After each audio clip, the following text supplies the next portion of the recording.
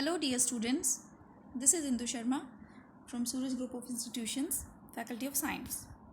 Today we are going to start the next topic, which is sericulture. As we know that the breeding and management of silkworms for the production of silk is known as sericulture. Sericulture में क्या होता है? The silkworms are bred, they are managed, they are provided proper conditions and the good amount of silk is obtained from that system. Now, there are different varieties of silk with different textures which are obtained from different varieties of silk moths. Variety of silk moths अगर different हैं तो the silk which will be obtained from them will also be different, such as Tesser silk, Muga silk and Kosa silk. These are the different silk varieties. The most common silk moth is the mulberry silk moth, and the silk obtained from this is of very good quality. Now, coming to the procedure, what is the basic procedure for the sericulture is, as we already studied the life cycle of silk moth, in that we have studied a female silk moth will lay hundreds of eggs at a time. Now, what happened to these eggs?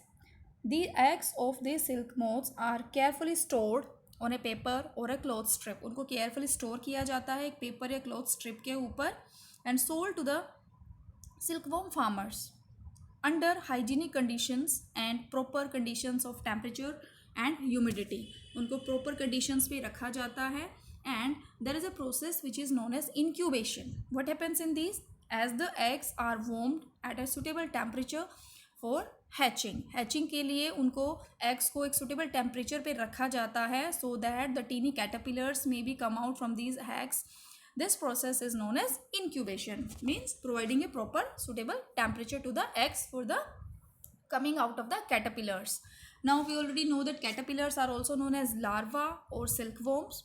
After hatching, the silkworms are fed on freshly chopped mulberry leaves. उसके बाद उनको mulberry leaves के ऊपर feed कराया जाता है. In approximately 4 to 6 weeks, they attain their proper size, proper growth, and after that they stop feeding. They stop moving, right? And one more important thing, that now they are ready to make the cocoons.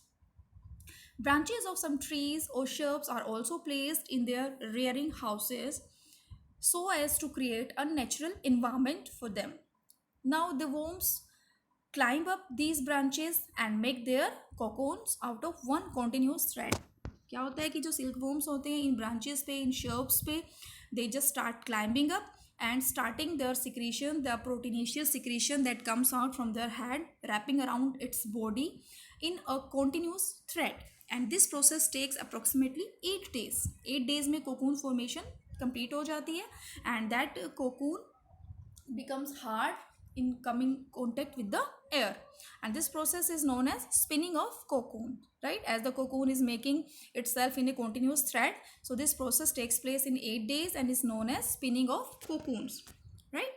Now one more important thing is that the amount of usable cocoon, the amount of usable fiber which is obtained from the cocoon is very small.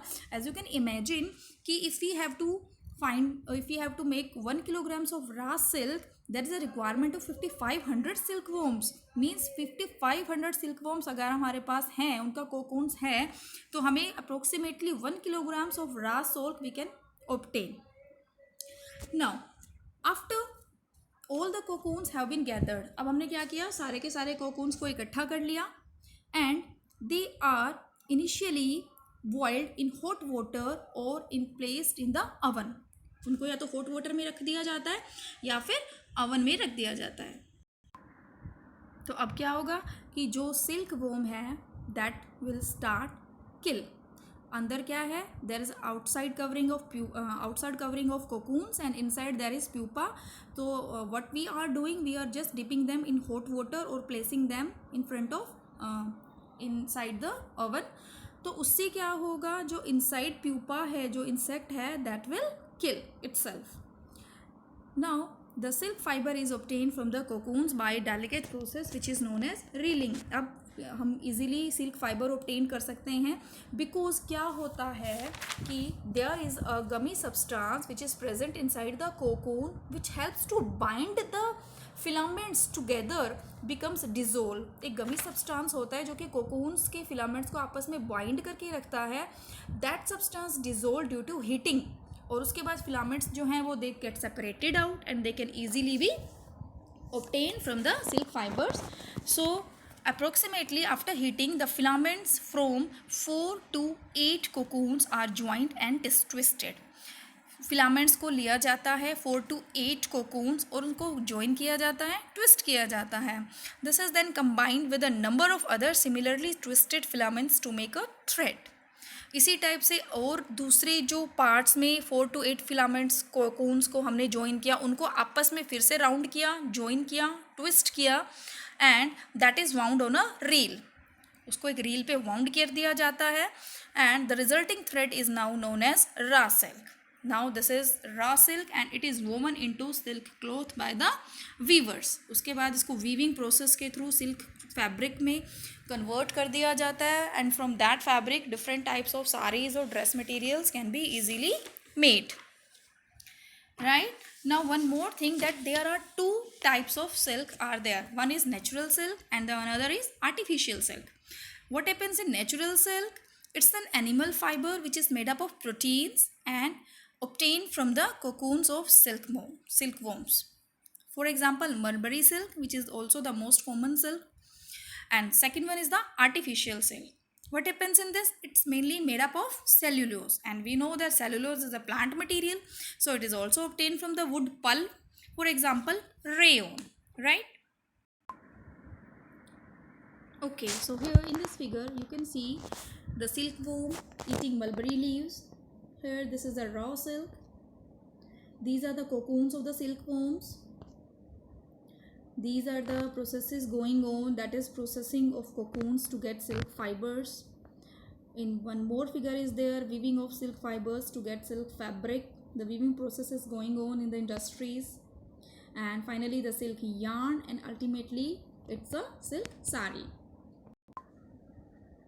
So here one more important thing I want to share with you, that there are some health problems also, as the workers which are working in the silk industries have to face many kind of physical problems, such as one is Soter's disease. What happens in this? When there is a bacteria which is known as anthrax, which causes a fatal blood disease which is known as Soter's disease in the workers working in the silk industries. And the next one is the respiratory disease, which is caused due to inhalation of the vapors arising from the cocoons undergoing steaming. जब steaming process done की जाती है, उसमें क्या होता है, vapors निकलते हैं which are very harmful and can cause various breathing problems like asthma and other bronchial ailments. So it is also very harmful for the respiratory tract. And one more is scabies or some other skin infections. Means जब cocoons को dip किया जाता है in hot water, then the workers have to dip their hands also time to time in that hot water to check.